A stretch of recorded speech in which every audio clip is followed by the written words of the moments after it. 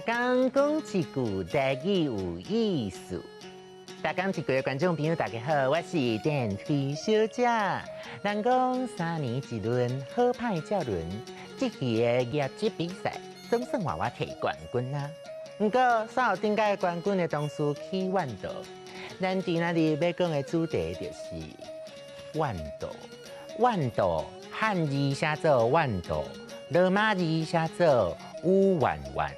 倒五道，万甲道拢是第3条。万道嘛有人讲是目空赤，就是看到别人有成就，生活过甲真好，家己心内未平衡所产生的情绪。你看，这是我新买的皮包啊，澳洲进口的，咱台湾敢若2卡尔呢，有水无？有水无啦？你看一个啦，有水无？哈！你敢是咧去万道？这拢无要我看。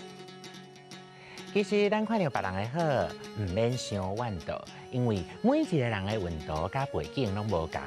虽然有虽人的命，虽然有虽人的好，就亲像10支指头啊，虽然无平长，总是每一支指头啊，拢有伊的用处。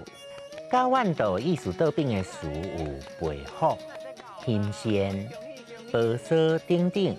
咱若看到别人有好代志发生，嘛会真替伊欢喜。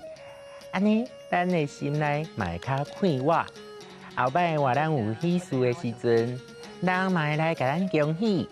俗语讲“田螺甘水过冬”，意思是讲真侪成功的人，定着是食过真侪苦。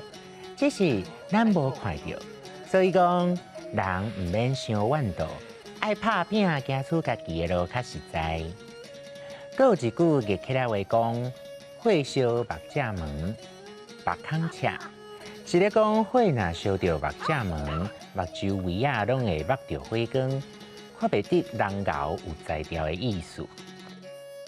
六万道，目空赤。培福、新鲜、田螺甘水过冬，火烧目者门，目空赤。大家唔通阁怨倒我生做水，请好好啊，甲我欣赏就好。今仔日的大讲一句就讲到这，多谢观众朋友收看，咱后摆再会。